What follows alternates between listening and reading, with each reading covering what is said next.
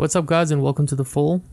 This is the first part of this tutorial series, and just before we start I just wanted to show you, first of all, just thank you to everybody for watching my videos. Thank you for all the support and the really positive comments and feedback. It is much appreciated. You guys are so kind, and I just really am loving and enjoying creating content for you guys, and I'm always going to try and do my best and push to do better. Yeah, so first thing I wanted to show you is I've got a resource file where I downloaded a bunch of images that I will be using in this tutorial video. And you don't need my images, you can go and download your own images. I just went on Google and searched for instance like skies with sunsets or clouds. So I'll just show you quickly.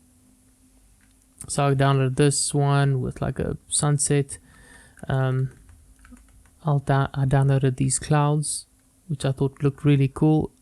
This cloud and that one, and then also downloaded this planet image. And then what you want to do is also look for, you just Google clouds, PNG, or clouds, transparent clouds with no background, because we will be using this as well. So these are images, or PNGs, that have no background. It's just the cloud. So like I said, I just found all of these on Google. It didn't take that long, so I'm sure you will be able to find them as well. Right, yeah, let's get into the actual tutorial part of this video. Alright guys, let's get into it. So what you want to do is open Blender, and then it'll start up with this standard cube and a camera and light. As you can see over here, we can go and delete the cube, select your camera, and then change the orientation, the rotation of the camera to 90, 0 and 90. Then we want to just actually add the cube back in, because we are going to need it for reference.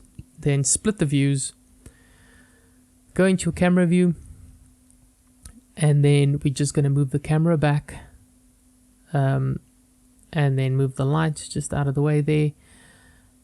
Alright, delete that cube, and now go to File, Import Image as Planes.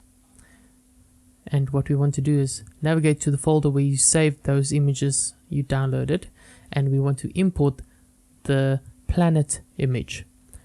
And then we're going to scale it up to fill the camera view. Go to materials here.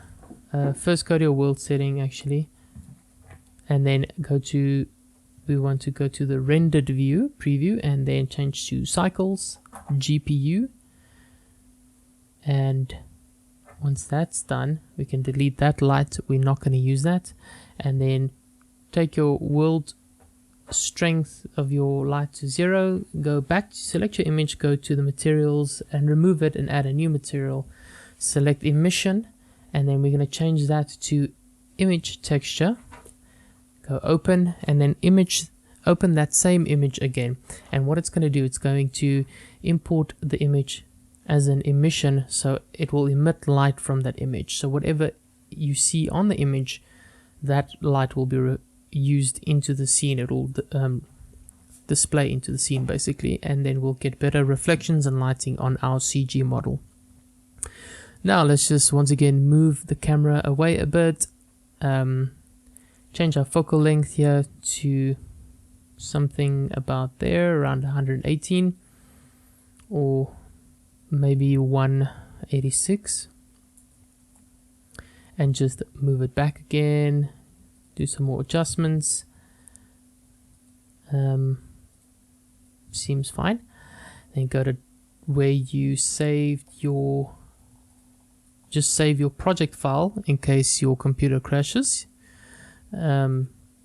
Just ignore, I'm calling it Superman short film because it was part of a bigger project, but I never ended up actually doing the project, so yeah, so just ignore that. And then you want to import your spaceship, right? So we're gonna go File, Append, and go to where you saved your spaceship. Because it's a Blender file, we append it, and we go into Objects, select all of these and say Append. And now obviously it's really confusing and there's a lot of things, so you're just going to scale it down for now, and then you want to, we're going to delete all of these extra things that we don't need. For instance, the lights and the camera that it comes with and the plane underneath, all that stuff. We just want the ship. Cool. Select your ship, press M for new collection, add new collection, and call it spaceship. I apologize for not putting on the screencast. I will remember next time. I'm actually recording this after I've recorded the video, so sorry about that, guys. You want to select that and rotate it so it's kind of facing your planet, and just reposition it a little bit, because what we want to do is animate it to fly in from the left side of the camera, flying towards the planet.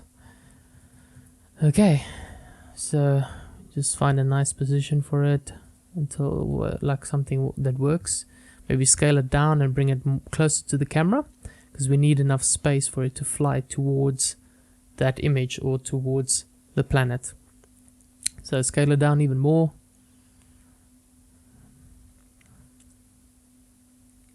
Okay, looks good.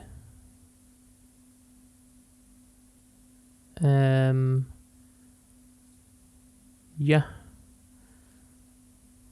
so now let's go to, let's add an area light, because we want to cast a little bit of edge lighting onto our ship here. So just position it above your ship like that. So it's actually a point light, sorry about that. So yeah, make a point light and position it here, and we're gonna make it 3000 watts just to see if it casts a nice rim light. What we basically want to do is replicate the sun. So just move it around until you're happy with that. It's only going to be one directional light, because in space there's only one light source, which is the sun, or in our solar system. So you just want one point light. And then let's give it a little bit of a yellow color to represent the sun. Alright, we can select our model here, zoom in a bit. Let's go to shading. Click on the shading tab at the top. Zoom in on our ship here. Go to our rendered view, and what we want to do is start adding some materials. So with Blender Kit enabled, if you don't know, Blender Kit is a free add-on that you just need to enable, and it's got a bunch of free materials. Yeah, so you go to, let's go look for metal, and just look for something spaceship-like, or something that will really give us a nice realistic metal reflections. So it's really up to you what material you want to use. But yeah, like I said, Blender Kit has a bunch of really awesome textures, and it's free. You just have to go to Edit Preferences, System Add-ons, and then just enable it, and it has so many free textures and materials and models. So let's drop that one on, see what it looks like. Doesn't look quite right. I think it might be our light, so it's reflecting a little bit harshly, but I don't think I'll be happy with that anyway, so we'll just look for something else. Keep scrolling. That's interesting. It has a lot of detail and an interesting pattern, which I quite like. Gives you that real spaceship feel, where there's a bunch of panels connected together. Now let's go to our light and just bring the opacity down to 100 because I think it was a little bit overexposed. Select your ship, go to edit mode, press A. You want to select all of your vertices and objects, so it's only selecting one for some reason.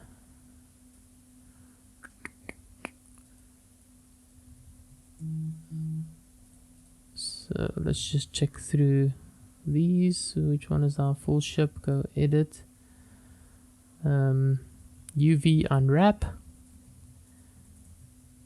Okay,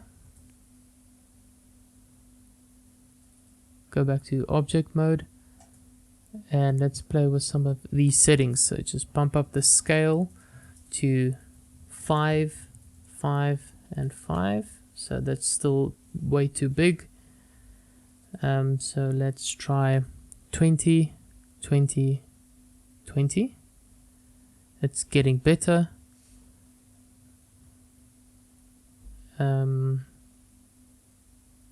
Maybe even a little bit smaller, 50, 50, 50. But there's obviously still something wrong with our mesh. It didn't unwrap correctly, so the texture isn't displayed properly. So we need to figure out what's going on here. Let's look at this modifier here. There's some modifiers applied there. That's the base interface port. Let's just apply the subsurface modifiers. So just select each of these and apply the subsurface modifiers. Alright, apply this one, the mirror you can apply, and the subsurface one you can apply, and that looks a lot better. So now we've got one full joint mesh and our texture is distributed a lot better already. So select your mesh again, go back to edit mode, you click on UV, and we're going to say Smart UV project. I find that this one usually works the best and I use it most of the time anyway. Okay.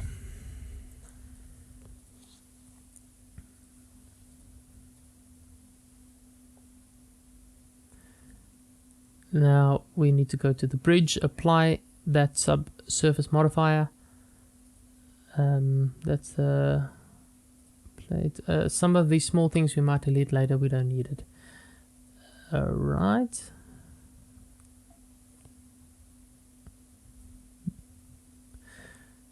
Let's try and adjust this maybe a little bit now that we've unwrapped our mesh properly. So 20, 20, 20. And let's give it a quick render by pressing F12 just to see what we have to work with already. So it's looking pretty good. We've got our planet in the background. Make sure you look for high-res 4K images when you do something like this. For instance, the image I use in the background, otherwise it's going to pixelate and it's not going to look realistic. Okay. This mesh seems to have a wireframe on it. I don't know how to turn it off, so it's obscuring the texture. Can't actually see until you render it. Let's drop another texture on the top part of the ship. Let's maybe try something else so we have some variation. I don't know if it's going to look nice or not, but you never know until you try. Same thing, just a UV unwrap smart UV project. Let's go back to the layout tab. Okay. Select our mesh, go to materials. Struggling with this view a little bit.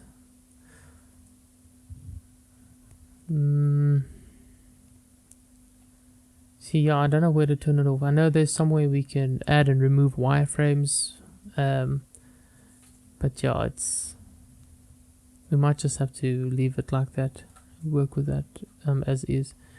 Just bump up the light there to 300.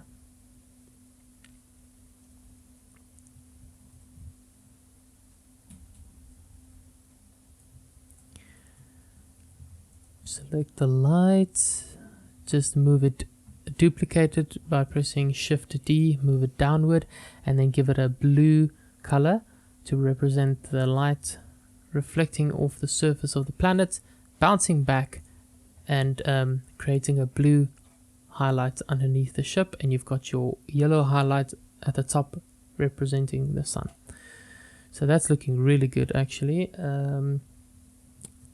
Go to your ship collection, right click, say select objects, and then just rotate it a little bit more, and then we can scale it down even more. Currently my lights are inside of my ship collection, so if I move it, they will move together. So yeah, now we've got some good scale. Obviously it looks like a big planet and a small ship, that's what you want. I was going to select the camera, go to our object constraints, select track 2, and then go to target and select the ship, which is named yacht, because it's actually a futuristic yacht we're using to look like a spaceship. Alright, so what this will do is this object constraint will follow your ship wherever it goes, so you don't need to animate your camera. And then when you're going to go to our camera, adjust our focal length to 685, adjust our apply depth of field, put it to 11 meters, and bring up our f-stop to 84.5. Give it a quick render just to see what it looks like. So that's obviously very blurred out. So what I want is to have the planet in the background a little bit blurry and the focus to be on the ship. That is what I'm looking for result wise. So bring that down to 31 meters. It's looking a little bit more in focus, but not quite what we want. So we just need to keep adjusting and playing around with these settings. Bring the f-stop down, bring the distance to 14, render that again. Doesn't look like we're achieving what we want, so just change f-stop to 6.8, change the distance to maybe if we change the preview, render preview. It's hard to see if the ship's in focus because of all of that wireframe on top of it.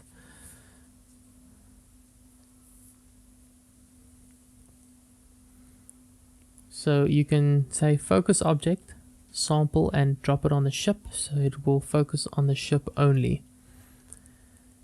And now you can see the ship's in focus and the planet is blurred out, but it's too blurred out. I don't want it to look that hectic, so bring it the f-stop back up to around 65.5, so it's more in focus, and that's starting to look pretty good. And pretty soon we're gonna have to start animating our ship flying towards our planet. Now let's go select all of our ship objects and just say join. Okay, it's saying active object is not a selected mesh. It's probably because of that one, so say object selected, say object convert to mesh.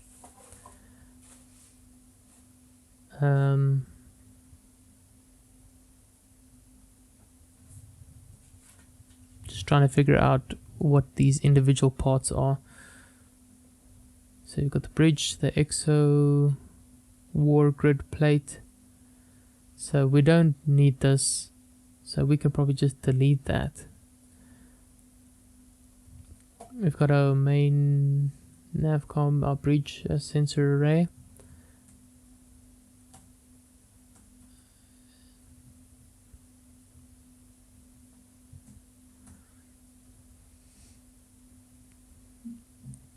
Select join, no mesh data to join, so just go into the collection, go the sci-fi panels. We just need to try and figure out what is causing this issue, so go object, convert to mesh.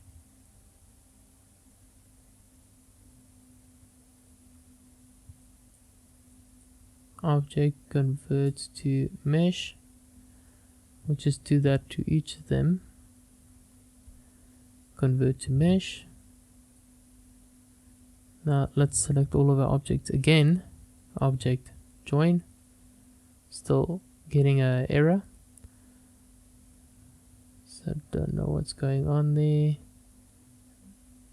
These things we could probably delete, yeah. TSD injectors, yeah, we don't need that, so we can just delete those by selecting them, pressing X. Select our full ship, just to rotate it a little bit.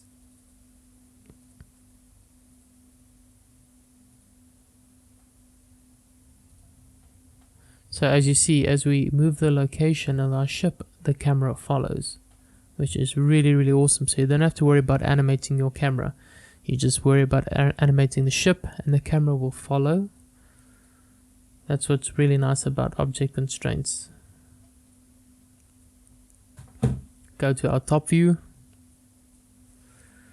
Then we want to add a curve and a path. We're going to create the path that our ship is going to follow. So just scale that up, move it here to our ship, go to edit mode. We're just going to select all of them and just kind of rotate it. So because we want our ship to fly in from the left hand side. So then you select the last vertice and just start extruding it out and shaping your path. So just extrude by pressing E, extrude once again. Go back to object mode. Alright, so we have our path. Now select your spaceship. Then select your path. Press P to parent.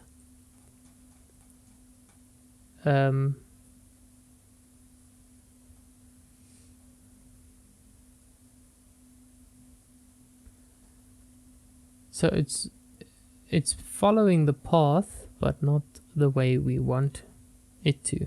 Okay, so we need to make some adjustments here. Let's just shift these, go select objects, which is our ship and our lights.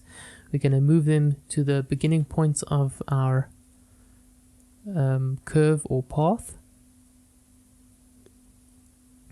Okay. And then if you adjust the evolution time or the evaluation time, it will start following the path. And the camera will follow the ship, as you can see. So it's looking pretty good. We've got our ship, we've got our planet, some lights. We've got now our ship following a path. I'm pretty happy with that. When you select the ship and then the path and you say P for parent, just say parent and then click on follow path. If you didn't catch that earlier. And so let's just rotate our ship to be in line with our path. We're just gonna select the light there and we're gonna go to parent, clear parent. Same with the other lights, parent, clear parent, but keep transformation. Select those two lights, say M for collection and drop them into your scene collection. Move them over your ship like that. Give it a quick render just to see what we have. Look at that nice texture. I think what we want to do is we want these lights to follow the ship as it moves, so it will constantly be lit.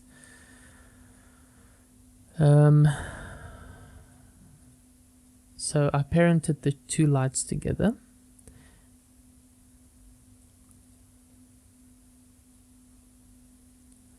And I then parented the lights to the path. So you select the two lights, press P, say parent objects, and then select the lights, and then select the path. Same thing, press P. You just say parent to object or follow path, and then they will follow along the ship. Or you can just parent the lights to the ship as well. That is another way to do it. Let's move our ship around a little bit. just adjust some of the alignments.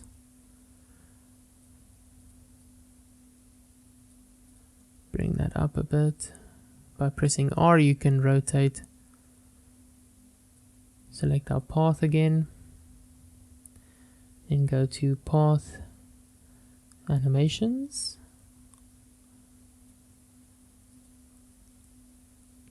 The clamp doesn't seem to be doing anything, but we want to say, my goodness, do not select follow. That just kind of messed up everything. So let's just leave those unticked, and then as you can see, when you adjust the value for evaluation time, it will move along like it's flying. It's following the path, and that's what we want. Okay, select your camera, go to your camera settings, just bring the f-stop down a bit to add some blurriness to the planet in the background, because like I said, we want the focus on our ship and not the planet. That might be a little hectic though, so just play around with it until you are happy with it.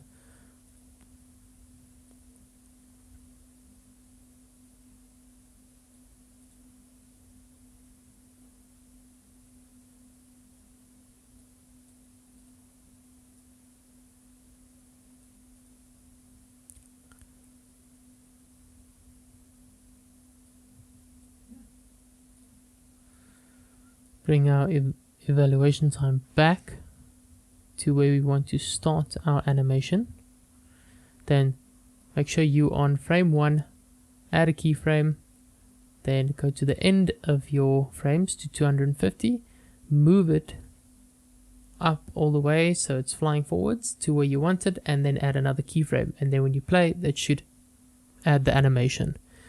And if you press play, it looks like it's flying towards the planet. So if you didn't catch that, once again, just move your evaluation time to where you want to start your animation. Make sure you're on frame 1, add a keyframe, go to the end of your frames, move your evaluation time to where the ship is almost at the planet, and then add another keyframe. Let's just play again, once again, with the f-stops here.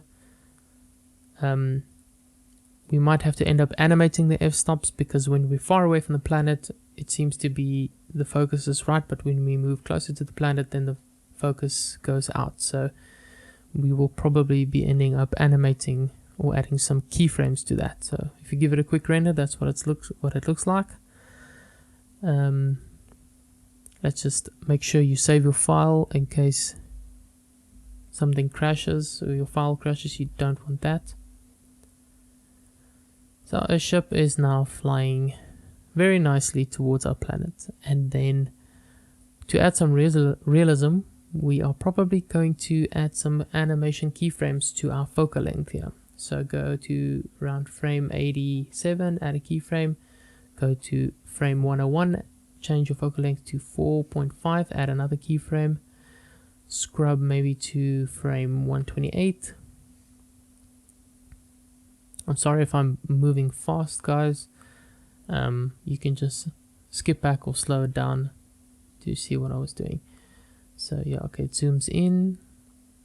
106, change your focal length to 2.4, add a keyframe, scrub to 134, change your focal length to 1.5, add a keyframe.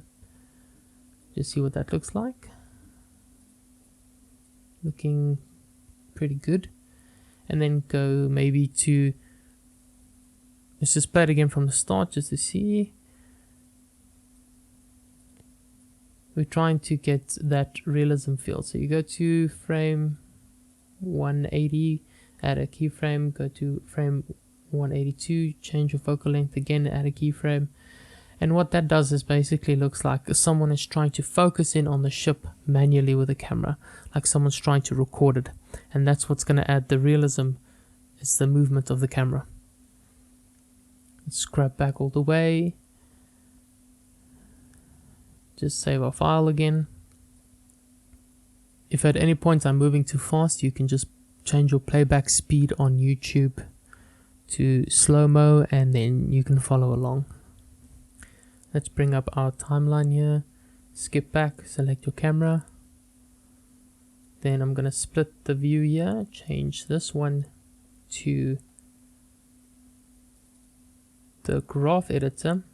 You want to select your camera, drop these down, go click on camera, press, I think it's R that you're going to be pressing. What we want to do is add a noise modifier to our camera position, and that's going to give it a shaky feel to the footage, like you're trying to focus but the ship's moving really fast. Looks like it's got that high velocity movement. Press R, go click on R for rotation, drop this down, click on the X rotation, then just click there, and we're going to click on modifier, add modifier, noise, add a noise modifier, and nothing's happening yet because we need to play with the values here.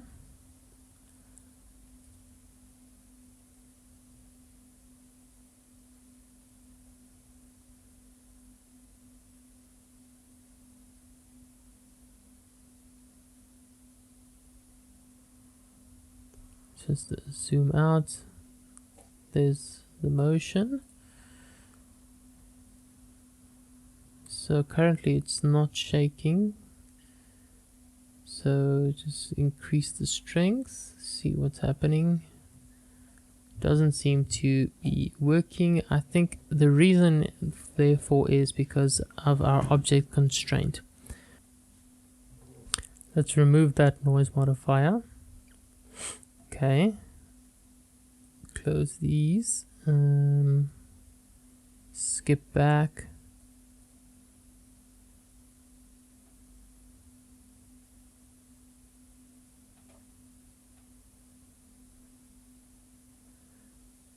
change the origin to the ship, then create a new empty plane axis, make sure it's positioned over the ship. You want to just parent that to the ship, then select the camera, track to the empty, and then select the empty, go down here. So now it's going to follow the ship, but it's technically following the empty, which is parented to the ship. So then what we are going to do is add the noise modifier to the empty and not the camera. So we press R, say location, select the Z axis, go to noise, and now you can see our camera is shaking all over the place, up and down. Just bring the strength down to 0.2, maybe even lower, 0.01. It's maybe too little, go 0.05. That's a little better. We've got some good shaking going on now, some camera shake, and it looks like there's inertia, and our ship is moving at really high velocity. Yeah, and that's it. And then we're just gonna render it out, and then that's the end of our part 1, guys. Thank you for joining. I hope you enjoyed it and hope you learned something. And then I will definitely see you in part 2 with the rest. Once again, sorry if it was a little bit all over the place. What I did is I ended up recording me doing the tutorial, but I never recorded the audio. I'm only recording the audio now. So I had to kind of rush along to explain what I was doing. In future tutorials, I will be recording as I am doing the tutorial. So it's a little less confusing. I'm going to try and clean it up in editing and make it so it makes a little bit more sense. So I just wanted to show you guys where to download the ship that I used. So if you go to Turbo Squid and just search spaceship, select free models, and then you go down over here. This is the one I downloaded. It's a Blender file. You just click there, you click download. You obviously need an account. It's a free account, so just go ahead and create it. and it adds it to your list here, and you just click there and it'll start downloading. So that is where I downloaded the ship that we will be using. But yeah, that's it. I hope you enjoy, and I'll see you on the next one. Thanks.